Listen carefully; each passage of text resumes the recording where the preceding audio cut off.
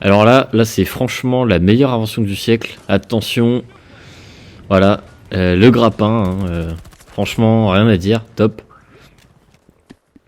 C'est le genre de gadget qui va apporter un plus à ce jeu. Parce que c'est ce qui manque de pouvoir jouer avec la hauteur, avec les différents niveaux. Lorsque vous vous retrouvez face à des équipes qui vont jouer un jeu de camp à 3, à 4, c'est compliqué de s'en débarrasser. Mais avec le grappin, on peut trouver des solutions. Mais quand on est joueur console et qu'on joue à la manette, ça reste quand même compliqué, ce nouveau Battlefield. Parce qu'il y a beaucoup d'open field, beaucoup de, de, de combats à longue distance. Et forcément, on est moins avantagé qu'un clavier souris. Sachant que l'aide à la visée est plus faible que sur des jeux comme Call of Duty. Et c'est encore plus compliqué de garder un ennemi dans son viseur. Les mécaniques de jeu rapide sont assez intéressantes. On peut slider et tirer en même temps, ce qui était beaucoup plus compliqué à faire sur les anciens Battlefield. Le jump shot, c'est-à-dire sauter et tirer en même temps, c'est quand même un petit peu moins exploité. Mais on a quand même la possibilité de le faire. Ce qui fait qu'on peut se retrouver dans des duels assez dynamiques et gérer des 1 contre 2, 1 contre 3. Si vous êtes un bon joueur, vous pouvez enchaîner les éliminations des squads. Ça, il n'y a pas de souci. On va pouvoir jouer 4 classes, comme dans tous les Battlefield au final. Donc le médecin, l'assaut, l'éclaireur et le soutien. Pour ma part, j'ai rushé qu'une seule de ces 4 classes, parce qu'elle me paraissait la plus intéressante.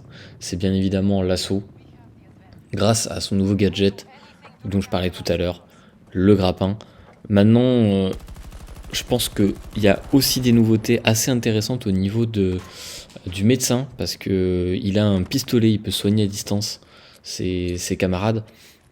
Maintenant, je l'ai pas trop essayé, mais je pense qu'il peut être intéressant si on joue en squad, sachant que ce jeu, je l'ai essayé uniquement en solo, c'est-à-dire sans partenaire qui joue avec moi. J'aurais bien aimé voir ce que ça donne. J'ai vu quelques gameplays de youtubeurs et de joueurs qui jouaient en squad, et parfois je suis tombé sur des squads pendant mes parties qui étaient en face de moi, et c'est sûr que c'est un jeu d'équipe avant tout. Donc forcément, quand on va se retrouver face à des mecs qui communiquent, qui jouent des classes différentes, ça va être beaucoup plus compliqué d'aller chercher les frags, et encore plus si on est sur console. Parce que le temps de faire des turns, etc., on est beaucoup moins mobile, beaucoup plus lent que les joueurs PC. Ce que je trouve révolutionnaire, et ils pourraient l'exploiter encore plus pour la sortie officielle du jeu, c'est de pouvoir changer son arme en cours de partie. C'est-à-dire que pendant que vous êtes en train d'enchaîner les kills, vous pouvez modifier votre arme, c'est-à-dire mettre un chargeur longue distance lorsque vous sortez d'un fight dans un bâtiment, mettre une poignée pour diminuer le recul de votre arme, etc. Changer les viseurs, ça aussi ça reste vraiment des possibilités multiples que vous pouvez changer. Et j'ai trouvé ça vraiment génial, parce que ça permet d'avoir un gameplay hyper polyvalent. Comme c'est assez intuitif pour pouvoir modifier son arme en cours de combat, à la manette, ça nous avantage, parce qu'on peut le faire encore plus rapidement que utiliser les touches du clavier souris.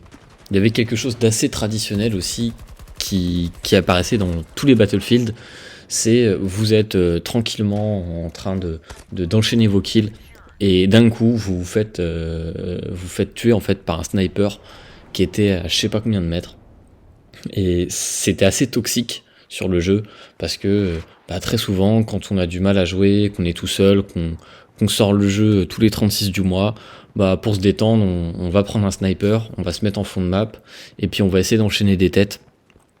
Mais là, je l'ai pas trop ressenti. Je suis peut-être mort, une dizaine de fois, grand maximum, sur tout le week-end où j'ai joué à la bêta. Je me suis fait tuer peut-être une dizaine de fois seulement par des snipers. Donc au final, je sais pas si le gameplay sniper est devenu un peu plus compliqué ou si les gens avaient envie de tester d'autres choses, mais je l'ai beaucoup moins ressenti que dans les autres Battlefield. Par contre, en revanche, l'aspect toxique du jeu, pour ceux qui aiment jouer uniquement des soldats, bah, c'est que on peut se faire tuer très souvent et très facilement par les véhicules. Alors on a les chars, les hélicoptères, les avions, et puis même les voitures là, avec des mitrailleuses. Alors est-ce que ça vaut le coup maintenant de précommander Battlefield 2042 si on est un joueur console? Dans un premier temps, j'ai envie de vous dire oui, parce que ce qu'a proposé la bêta était vraiment très intéressant et des innovations que j'ai vraiment validées de A à Z. Maintenant, si vous êtes un joueur qui joue uniquement de temps en temps au FPS et qui a pas trop envie de se prendre la tête avec du gameplay hyper compliqué, je dirais plutôt d'attendre au moins 6 mois, le temps que le jeu ait baissé son prix. Si vous avez envie de jouer en équipe et que vous êtes entre potes, que vous voulez faire une squad, etc., là je vous conseille de le faire parce qu'il y a vraiment moyen de faire des choses intéressantes. Et maintenant, je vais vous donner deux conseils hyper primordiaux si vous voulez l'acheter. Le premier, c'est que ça va être très important de l'acheter en cross-gen, c'est-à-dire si vous êtes un joueur PlayStation 4, achetez-le en double plateforme, même si ça va vous coûter un petit peu plus cher.